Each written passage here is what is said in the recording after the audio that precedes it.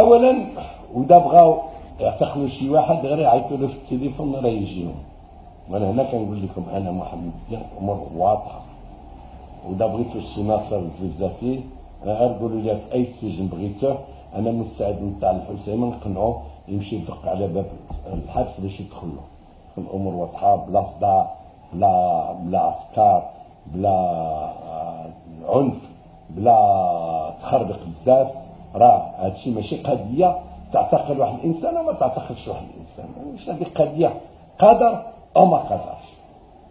قادر تلبي الرغبات ديال الساكنه ولا ما تدكش.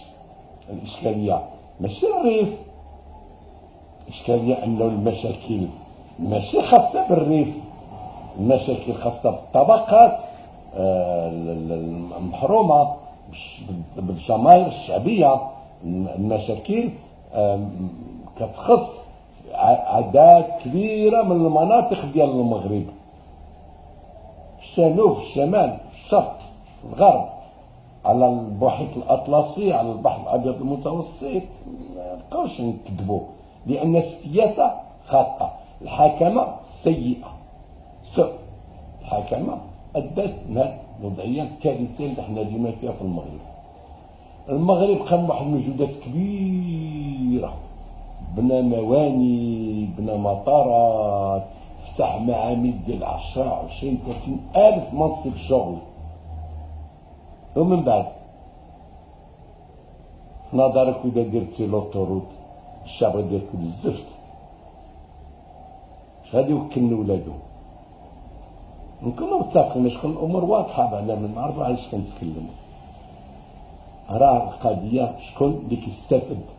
عطيتونا دابا انطباع ان الاوراق كلها كانت غير مارشيه باش عباد الله دي 10% والكوميسيون ديالها وتمتع وتبرع في المارشيات.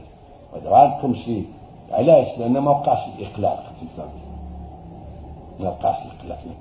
شوفوا بشحال ديال المناير مشات في الشمال، شحال من المناصب ديال الشغل تحلت والاقلاع ما حصلش.